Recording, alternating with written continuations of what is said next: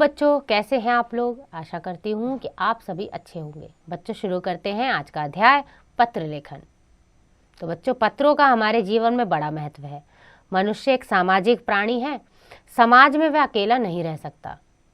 अपने से जुड़े व्यक्ति, जिन्हें वह अपना भाई, बंधु, रिश्तेदार कहता है, उनसे मिलना, बातचीत करना उनके लिए अति आवश्यक हो जाता है। जैसे कि उसके सारे सगे संबंधी एक ही स्थान पर तो रह नहीं सकते तथा सब जगह वह जा भी नहीं सकता, इसलिए वह उनसे संबंध रखने के लिए टेलीफोन का सहारा लेता है। परंतु अपने विचारों को, यानी अपने मन के सभी भावों और विचारों को फोन पर भी नहीं कह सकता, अतः उसे पत्र भेजने की आवश्यकता पड़ती है।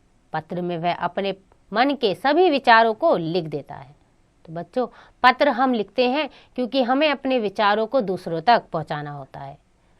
आइए पढ़ते हैं पत्रों के प्रकार। तो बच्चों, पत्र दो प्रकार के होते हैं, औपचारिक पत्र और अनौपचारिक पत्र। औपचारिक पत्र यानी कि ये पत्र अधिकारियों, पत्र पत्रिकाओं के संपादकों और प्रधानाचार्य आदि को लिखे जाते हैं। इन पत्रों में केवल आवश्यक सूचना, निवेदन या प्रार्थना होती है। इन्हें हम कार्यालय पत्र भी कह सकते हैं। अगला है अनौपचारिक पत्र। इन पत्रों को निजी पत्र भी कहा जाता है क्योंकि इनमें औपचारिकता नहीं होती बल्कि निजता और अपनापन होता है। ये पत्र मित्रों, संबंधियों और परिचितों को लिखे जाते हैं। तो बच्चों, पत्र लिखते समय ध्यान रखने योग्य मुख्य बातें हैं, जैसे कि पत्र लिखने का उद्देश्य स्पष्ट होना चाहिए। पत्र की भाषा सरल, स्पष्ट व संक्षिप्त तथा लेख सुंदर होना चाहिए। पत्र में विराम चिन्हों का प्रयोग यथास्थान पर करना चाहिए। पत्र में भेजने वाले व पाने वाले का नाम व पता स्पष्ट रूप से लिखना चाहिए। पत्र के अंग होते हैं बच्चों, जैसे पत्र चाहे औपचारिक हो या अनौपचारिक हो, सामान्यतः उनके मुख्य अंग इस प्रकार हैं, जैसे पता और दिनांक लिखना, संबोधन या अभिवादन लिखना, पत्र की विषय वस्तु, पत्र की समाप्ति, स्वनिर्देश और हस्ताक्षर। तो ये सभी जो अंग हैं ये हर पत्र में लिखे जाएंगे। पत्र लेखन में प्रयुक्त संबोधन, अभिवादन एवं समापन शब्द क्या होते हैं, आइए जानते हैं। सबसे पहला संबंध अगर हमारा अपने से बड़ों के लिए है तो हम संबोधन लिखेंगे पूज्य, आदरणीय, पूजनीय, मानवीय, मान्यवर। अभिवादन होगा सादर, चरण स्पर्श, सादर प्रणाम। और समापन यानी कि जब हम पत्र को खत्म करेंगे तो लिखेंगे आपका प्रिय पुत्र या पुत्री, भवदीय, भवदिया। बराबर वालों के लिए प्रिय मित्र, सखी, प्रियवर। सप्रेम नमस्कार, सप्रेम नमस्ते, तुम्हारा मित्र, तुम्हारी सखी। अपने से छोटों के लिए प्रिय और उसका नाम, शुभाशीष, सुखी रहो, शुभ आशीर्वाद, तुम्हारा या तुम्हारी शुभचिंतक। प्रार्थना पत्र के लिए प्रधानाचार्य महोदय, मान्यवर महोदय, महोदया, भविद्य, भविद्या, आपका, आपकी, आज्ञाकारी, आज्ञाकारिणी, शिष्य या शिष्या। व्यावसायिक पत्र में लिखेंगे श्रीमान या महोदय, मान्यवर महोदय, भविद्य, भविद्या, निवेदक, निवेदिका। तो आइए बच्चों पढ़ते हैं नमूनार्थ औपचारिक पत्र। सबसे पहला औपचारिक पत्र है शुल्क मुक्ति हेतु प्रधानाचार्य को प्रार्थना पत्र। सेवा में प्रधानाचार्य जी महोदय, केंद्रीय माध्यमिक विद्यालय लखनऊ। तो सबसे पहले हम प्रधानाचार्य महोदय का विद्यालय का पता लिखेंगे, फिर लिखेंगे महोदय, सविनय निवेदन है कि मैं विगत 5 वर्षों से आपके विद्यालय की नियमित छात्रा रही हूँ। मेरे पिताजी एक रिक्शा चालक हैं। मेरे अन्य 2 भाई रमेश और कपिल भी इसी विद्यालय में पढ़ते हैं। आय कम होने के कारण मेरे परिवार की आर्थिक स्थिति ठीक नहीं है। कभी कभी तो फीस जुटाना मुश्किल हो जाता है। महोदय, मेरे परिवार की दयनीय स्थिति को देखते हुए हम में से किसी एक की फीस माफी की करने की कृपा करें। आपकी अति कृपा होगी। सधन्यवाद, आपके शिष्या नेहा, कक्षा 6ब। और दिनांक आप वही लिखेंगे जिस दिन आप पत्र लिख रहे होंगे। अगला है बीमारी के कारण प्रधानाचार्य को अवकाश प्रार्थना पत्र। सेवा में प्रधानाचार्य जी यानी कि श्रीमान प्रधानाचार्य, आदर्श पब्लिक स्कूल, जोधपुर, राजस्थान। महोदय, सविनय निवेदन है कि कल शाम अचानक मुझे बुखार आ गया। डॉक्टर ने मुझे 2 दिन तक पूर्ण विश्राम करने की सलाह दी है। अतः आपसे विनती है कि मुझे 2 दिन का अवकाश यानी कि दिनांक 3 अगस्त से 4 अगस्त प्रदान करें। तो बच्चों यहाँ पर आप दिनांक वही लिखेंगे जब आपको अवकाश यानी छुट्टी लेनी होगी। आपकी अति कृपा होगी। धन्यवाद सहित आपकी आज्ञाकारी शिष्या प्रिया जैन, कक्षा 6A और दिनांक। तीसरा पत्र है आवश्यक प्रमाण पत्र लेने हेतु प्रधानाचार्य को प्रार्थना पत्र। सेवा में श्रीमान प्रधानाचार्य DAV पब्लिक स्कूल सीतापुर महोदय, सविनय निवेदन है कि मेरे पिताजी का स्थानांतरण यानी कि ट्रांसफर सीतापुर से कानपुर हो गया है, इसलिए हम सपरिवार कानपुर में निवास करने जा रहे हैं। आपसे अनुरोध है कि मुझे विद्यालय छोड़ने की अनुमति प्रदान करें और विद्यालय स्थानांतरण व चरित्र प्रमाण पत्र देकर अनुग्रहित करें। आपकी अति कृपा होगी।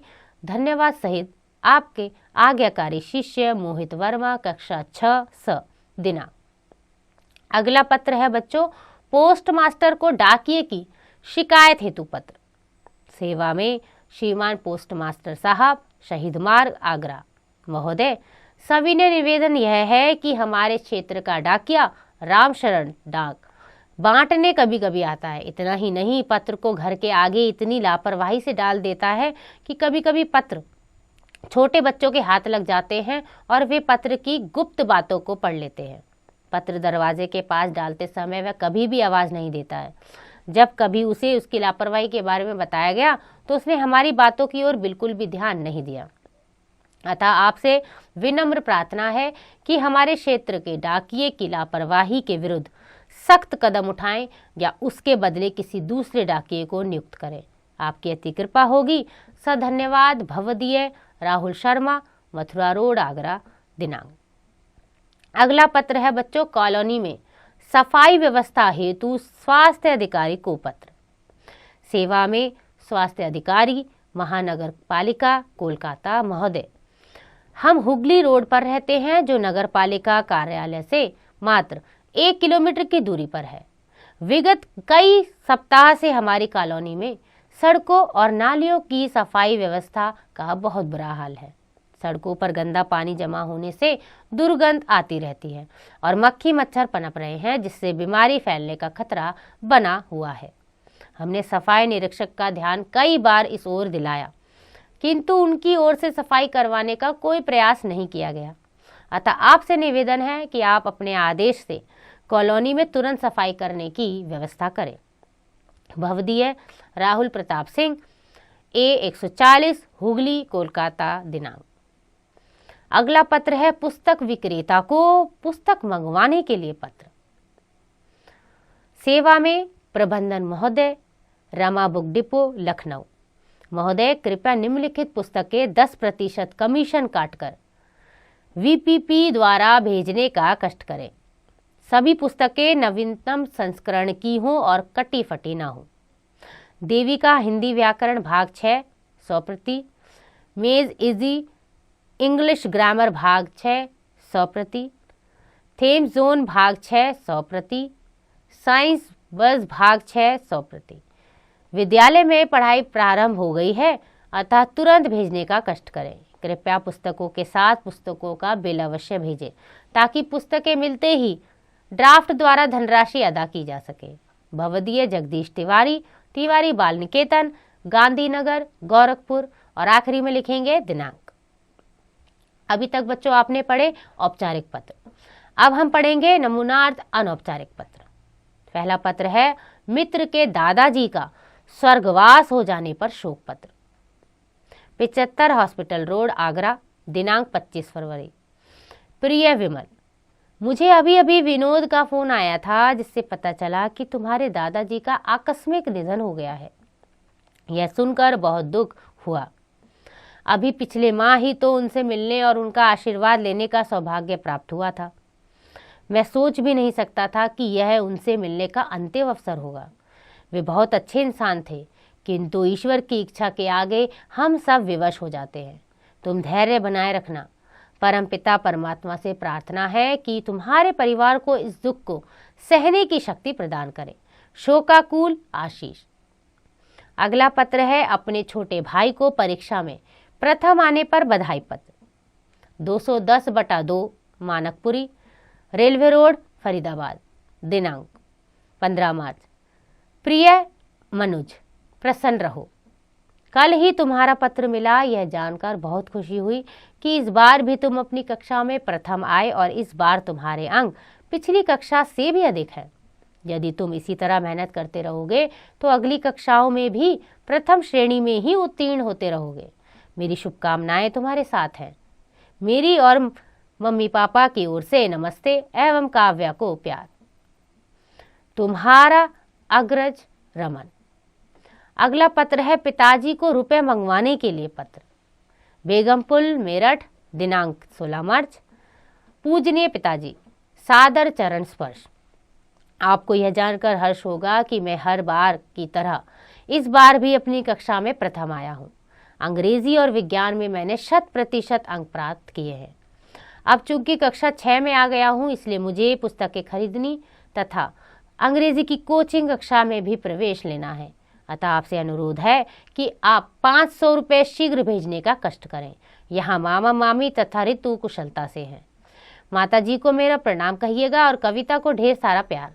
पत्र के इंतजार में आपका आज्ञाकारी बेटा विशाल जैन। अगला पत्र है जन्मदिन पर उपहार भेजने पर मामा जी को धन्यवाद पत्र। 35 शारदा रोड, मेरठ। दिनांक 8 अगस्त।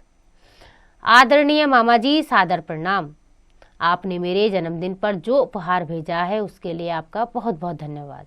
मेरी बहुत दिनों से एक अच्छी घड़ी लेने की इच्छा थी और आपने यह मुझे उपहार में भेज दी। सचमुच आप बहुत अच्छे हैं जो बिना कहे मेरी मन की बात जान ली। यह उपहार मुझे हमेशा आपकी यह बात याद दिलाता रहेगा कि हमें हर कार्य उचित समय पर ही करना चाहिए। मामा जी को चरण स्पर्श और सीता दीदी को नमस्ते। आपकी प्रिय भांजी सुमन। अगला पत्र है मित्र या सखी को जन्मदिन का निमंत्रण पत्र। S4B 320, कीर्तिनगर, दिल्ली। दिनांक 2 मार्च। प्रिय संजीव, आशा है कि तुम स्वस्थ व कुशल होगे। तुम्हें याद तो होगा ही कि 10 मार्च को मेरा जन्मदिन है। इस बार भी मैं इसे मित्रों के साथ उत्साह से मनाना चाहता हूँ। उस दिन हम इंडिया गेट जाएंगे और वहीं खाना खाएंगे, साथ ही अंताक्षरी भी खेलेंगे। इसलिए मैं चाहता हूँ कि तुम सवेरे 10 बजे तक घर आ जाओ। बाकी बातें मिलके होंगी। तुम्हारा मित्र पवन। बच्चों, अगला पत्र है छोटे भाई को खेल कूद का महत्व समझाने के विषय में पत्र। 202 सदनपुरी, छिंदवाड़ा, मध्य प्रदेश। दिनांक 16 दिसंबर। प्रिय राजीव, चिरंजीव भव। मैं कुशल हूँ। आशा करता हूँ कि घर में सभी कुशल होंगे। तुम्हारा पत्र मिला, पढ़कर समाचार मालूम हुआ कि तुम अपनी कक्षा में प्रथम आए। तुम्हारी कर्मठता और लगन को देखकर मैं तुम्हें यह सलाह दूंगा कि तुम पढ़ाई निरंतर करते रहो, साथ ही खेल कूद पर भी ध्यान दो। इससे तुम्हारा शारीरिक विकास होगा और तुम स्वस्थ रहोगे। जैसा कि कहा है कि स्वस्थ शरीर में ही स्वस्थ मस्तिष्क रहता है। अतः उत्तम एवं स्थायी ज्ञान प्राप्ति के लिए शरीर का स्वस्थ होना ही आवश्यक है। अब पत्र लिखना बंद कर रहा हूँ। मम्मी पापा को मेरे नमस्ते, साक्षी को प्यार। तुम्हारा भाई संजीव। तो बच्चों, आखिरी पत्र है पुत्र की ओर से पिताजी को पत्र। देव भवन, कंकरखेड़ा, मेरठ। दिनांक 5 जुलाई। परम पूज्य पिताजी, सादर चरण स्पर्श। मैं यहाँ पर ईश्वर की कृपा से कुशल हूँ। आशा है आप सब भी सकुशल होंगे। मेरी पढ़ाई नियमित रूप से चल रही है। मैंने सभी विषयों की अच्छी तरह से तैयारी कर ली है। मैं विद्यालय में अपना पढ़ाई का सारा काम समय पर कर लेता हूँ। मेरे सभी अध्यापक मुझसे संतुष्ट हैं। मेरी त्रैमासिक परीक्षा अगस्त माह के प्रथम सप्ताह के बाद होगी। आप मेरी ओर से कोई चिंता ना करें। पूज्य माता जी को चरण स्पर्श, मयंक अथवा ममता को प्यार। आपका आज्ञाकारी पुत्र सचिन। तो बच्चों, ये थे कुछ उदाहरण अनौपचारिक पत्र के। आशा करती हूँ कि आपको सभी पत्र समझ आ गए होंगे। आइए दोहराएं। अपनी निजी भावनाओं और विचारों को पत्र के माध्यम से व्यक्त किया जाता है। पत्र जो 2 प्रकार के होते हैं, औपचारिक पत्र, अनौपचारिक पत्र। पत्र लिखते समय कुछ विशेष बातों का ध्यान रखना आवश्यक होता है। प्रत्येक पत्र के कुछ निश्चित अंक भी होते हैं। तो बच्चों, आशा करती हूँ कि आपको यह अध्याय समझ आ गया होगा। इसका अभ्यास आप स्वयं कीजिएगा।